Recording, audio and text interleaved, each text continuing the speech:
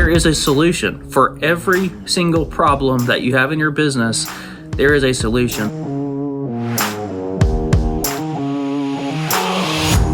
Hey, what's up, guys? I want to share with you one of my big struggles my first year in my lawn care business, and how you can speed up the process and getting on the right track for your lawn care business. So at the end of my first year, I remember, I felt like we had a good year. By most people's standards, I was making a lot more money than I did whenever I was in law enforcement, and I felt like I was on the right track. But there were just a lot of things in my business that they were super frustrating, man, and I knew it was not what was going to get the business to the next level. So I sat down and I made a list of the things that I hated in my lawn care business.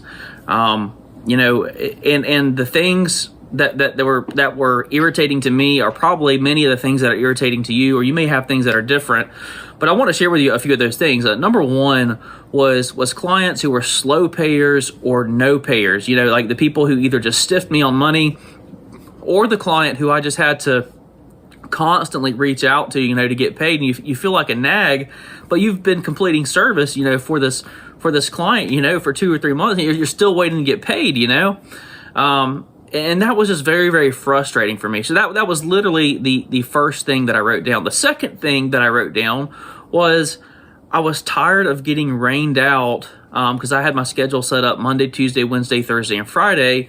And we were getting rain every single week, and then I was working into the weekends, so it was very frustrating, trying to balance a family life. I started the lawn care business so I could, manage my time better, but here I was getting jammed up a lot of times on the weekend just because of rain. Another thing was there was a certain amount of yards that, frankly, I just hated going to. The clients, great people, they were a pleasure to work for, but their yards sucked. I mean, they're horrible. They were either like an all sand yard, or they had these horrible ditches in their yard. And I was just open, man, and honest with myself. I just sat down and started writing out all these things, and it was almost like this diary of stuff just started coming out, things that was in my head that I hadn't really, put down. But I was like, man, I like these people, but I hate their yard. And if it was enough for me to put it down on paper, that I disliked it, then it was something that I needed to pay attention to. The next thing was push mowing yards. June, July, and August is absolutely, it's brutal in my area. And I remember just pulling up to a couple of these yards, and we'll do a part 2 video. I'm gonna tell you the story whenever I actually, the moment I quit push mowing lawns. Like, I'm going to tell you that story in a follow-up video. But I remember, there was just some certain lawns that I would come to, and I knew I had to go either push mow their backyard or, and what I would do is I would start push mowing these lawns. I said, well, I'm going to do them at the beginning of the day so I'm fresh. Well, then that takes you for the rest of the day. Your day is just harder after you start your day push mowing a bunch of lawns. And then if I had them on the back end of my schedule, well, they're in the back of my mind the entire day, knowing, okay, now I'm getting tired towards the end of the day, and now I got to finish up the day with these push mowing lawns. So I hated push mowing lawns, man. But again, there was like 6 or 7 things that I just wrote down on this piece of paper, and I just stared at it. I just stared at these things that I hated, and here's what happened. I went to bed and I just started thinking about it, and then the next day came, and I just started thinking about it. And what happened is my brain just subconsciously just started coming up with solutions on this. And I just started writing it down. So for example, the slow payers or the no payers, that's where the whole idea of the credit cards on file. I've heard of other companies doing it, but I just didn't really have I just didn't want to do it. I was just kind of nervous to do it. But it was something that I hated so bad about my current business that I said, this is something we have to do. It's going to fix so many problems. It's going to get rid of bad clients. It's going to scare off bad clients. It's going to speed up our cash flow. So whenever I have employees, I'm not floating costs. They are immediately paid every single week because we're never running behind on payroll. It just solved so many problems. So that was the first thing that I wrote down, was like, okay, we're going to try credit cards on file.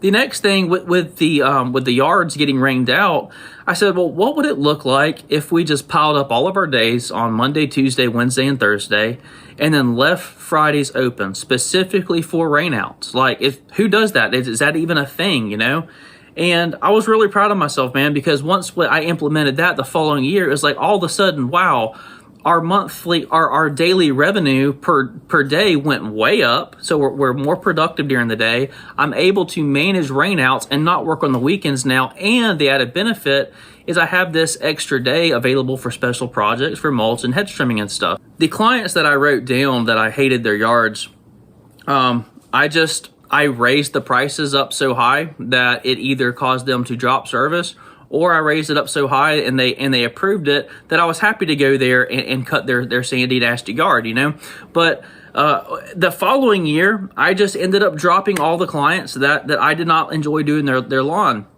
And, I know that may not sound like something that you want to do, but I was at the point where there was only so much work that I could do.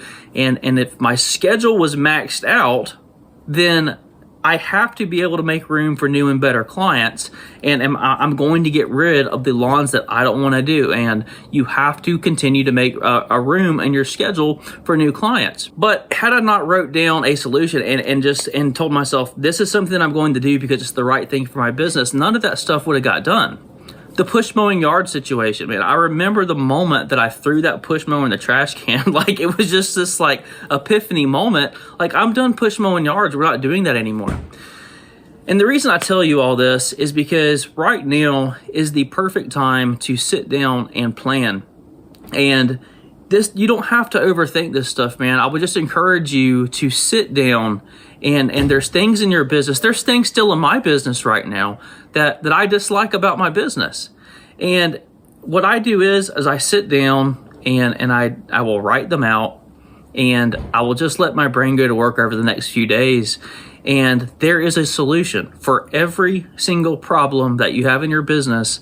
There is a solution. So I would encourage you at this time, as your season is winding down, do not coast into next season without addressing these things, because you're going to be in the exact same situation that you are right now. Make a list of the things that you hate, let your brain go to work, and then implement some solutions and make a change to better your business for the next year. Guys, I really do a keep it super simple approach here, and I just like to write things down like that. It helps me. I know that if you implement something like that right now during your downtime, it'll help you as well. Y'all take care. God bless. Hey guys, if you'd like a little bit of extra help in your lawn care business, maybe you're not ready for a full-blown Turf Pros Academy thing, there's a free download, how to make more money immediately in your lawn care business. There's a lot of money hiding in your lawn care business. Got a lot of great feedback on this free download. I'll post a link for it. Check it out. I think you'll find it really interesting.